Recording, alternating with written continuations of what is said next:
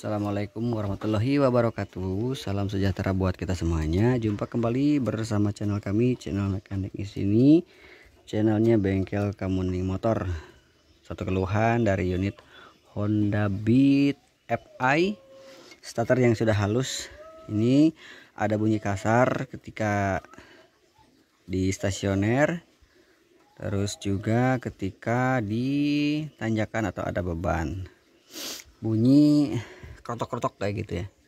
Kita bongkar untuk bagian transmisi CVT ya, karena memang untuk didiagnosa dari suara ini muncul suara tersebut di bagian transmisi CVT. Setelah kita buka untuk bagian cover crankcase-nya, ini ternyata kondisi P-belt, nah ini dalam kondisi kendor. Nah, seperti ini, yang seyogyanya ataupun biasanya tidak seperti ini, agak manteng ya. Nah, setelah kita periksa satu persatu, di sini ada keolengan di sini di bagian rumah roller. Nah, di sini. Nah, seperti apa kondisinya ketika memang ada seperti ini? Yuk kita buka, yuk kita lihat masalahnya di mana ya. Yang tentunya sudah bisa dicek di sini. Ada keolengan di bagian rumah roller, tapi detailnya atau jelasnya tentunya kita harus buka bagian mur crank as atau crankshaft ini. Yuk kita buka. Oke, ini sudah kita lepas satu persatu murnya, kita lepas untuk kulitnya.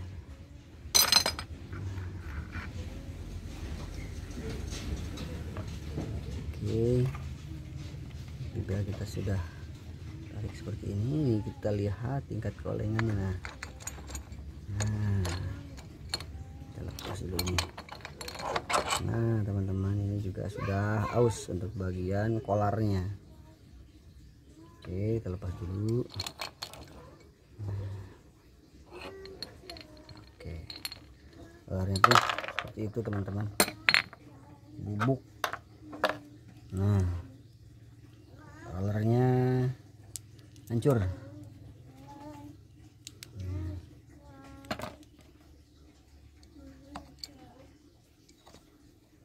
Oke, kita lepas untuk bagian camnya. Oke, ini juga udah aus nih karena. Oke teman-teman, ini sudah teman-teman saksikan sendiri ya. Kita lihat, nah, roller yang tentunya harusnya ada bagian dari fibernya ya, luarnya, kulitnya. Ini tinggal besinya saja. Terus kenapa ini bisa oleng? Ini kolarnya sudah rusak. Kenapa? Nah teman-teman wajib ketahui juga kenapa ini bisa sampai seperti ini, karena awalnya di roller yang tentunya habis sehingga untuk angkatan menjadi berat. Nah ini kalah di bagian kolar dan rumah rollernya ini. Jadi saya informasikan kepada teman-teman semuanya, jika memang motor sudah ada terasa bunyi ataupun tenaga mulai menurun ya, lakukan perawatan untuk bagian transmisi CVT untuk terhindar dari masalah seperti ini teman-teman ya. Karena kalau sudah seperti ini tentunya efeknya adalah merembet ke part-part yang lain yang tadinya mungkin kalau kita perbaiki lebih awal untuk konsumsi ataupun budget yang keluar tidak terlalu berat. Tapi ketika kita sudah ada tambahan part yang kena akibat dari kondisi awal ataupun sumber awal yang tidak diperbaiki, langsung ke bagian-bagian komponen lain yang tentunya saling berkesinambungan ataupun saling keterkaitan. Nah seperti itu teman-teman ya. Jadi ini masalah muncul engine noise atau suara kasar di bagian transmisi CVT, teman-teman sudah bisa menyimpulkan. Jadi sumber masalahnya adalah dari roller yang aus habis merembet ke bagian komponen penunjang lainnya. Yuk kita lihat juga yang bagian belakang. Nih kita coba cek teman-teman ya. Takutnya memang juga kena. Tentunya kita harus lihat dan pastikan apakah bagian grease-nya atau bagian puli slide-nya juga udah kena atau belum. Kita coba pastikan ya. Oke teman-teman, ini untuk bagian dari komponen sekunder termasuk juga plat kuarir. Ini ternyata masih baru untuk bagian belakang ya. Jadi untuk bagian stempet atau grease-nya juga tidak ada bocor, masih oke lah tentunya ya. Untuk bagian bearing juga masih aman, sehingga kita simpulkan masalahnya sudah bisa dipastikan hanya dari bagian primer saja ya. Awal dari roller yang tentunya sudah habis atau weight ya. Terus juga karena memang berat ya perputarannya, sehingga kenalah ke bagian dari rumah rollernya. Oke teman-teman, itu saja masalah utamanya. Terus bagian titik pusat awal masalahnya itu ya. Dan tentunya ini kita coba diskusi dulu dengan pemilik kendaraan, mau diganti atau apa, karena memang wajib diganti. Nah, nanti kita coba pasang dan kita coba dengarkan suaranya ya. Apakah sudah clear masalah dari itu saja atau memang ada masalah lainnya. Tentunya kita langsung ke diskusi terlebih dahulu, nanti dilanjut ke pemasangan dan spill untuk suara setelah kita melakukan pergantian part-part yang tadi sudah kita pastikan harus diganti. Oke teman-teman, ini sudah diskusi dan memang diganti teman-teman ya. Nah, kita cek perbedaannya, ini yang baru, ini yang lama. Nah, di sini kita lihat untuk perbedaan keolengan. Nah, ini presisinya masih sangat luar biasa karena memang ini baru ya. Nah, ini untuk yang lama ini seperti ini. Nah, ini efek dari weight atau roller yang rusak ya teman-teman.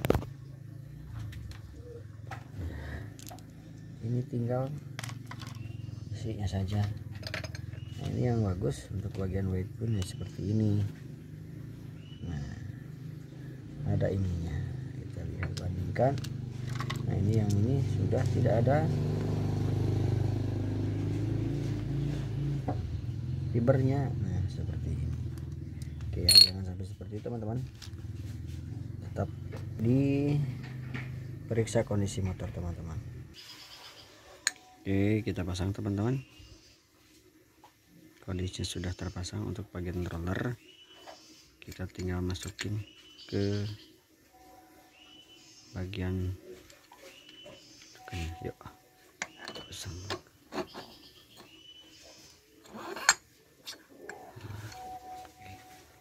Nah, ini oke, kita pasang untuk komponen luarnya juga, komponen yang lainnya tentu.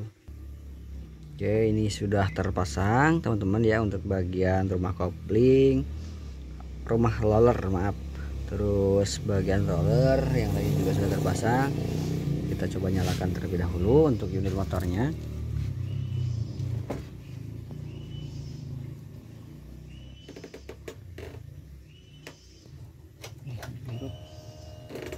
Iya tak ya?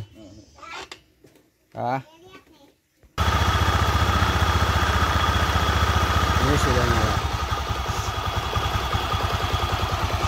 Perbedaannya sangat signifikan teman-teman, tapi memang untuk awal kita tidak videokan. Tapi yang pastinya untuk suara mesin itu sangat kasar sekali. Untuk di stasioner atau kondisi langsam seperti ini, suara sangat kentara besar atau suara sangat kentara bising, tentunya sangat mengganggu ataupun sangat mengkhawatirkan ketika kita reading atau membawa unit ini. Itu yang dikeluhkan oleh pemilik kendaraan. Oke teman-teman, ini sudah terpasang untuk cover crankcase CVT-nya.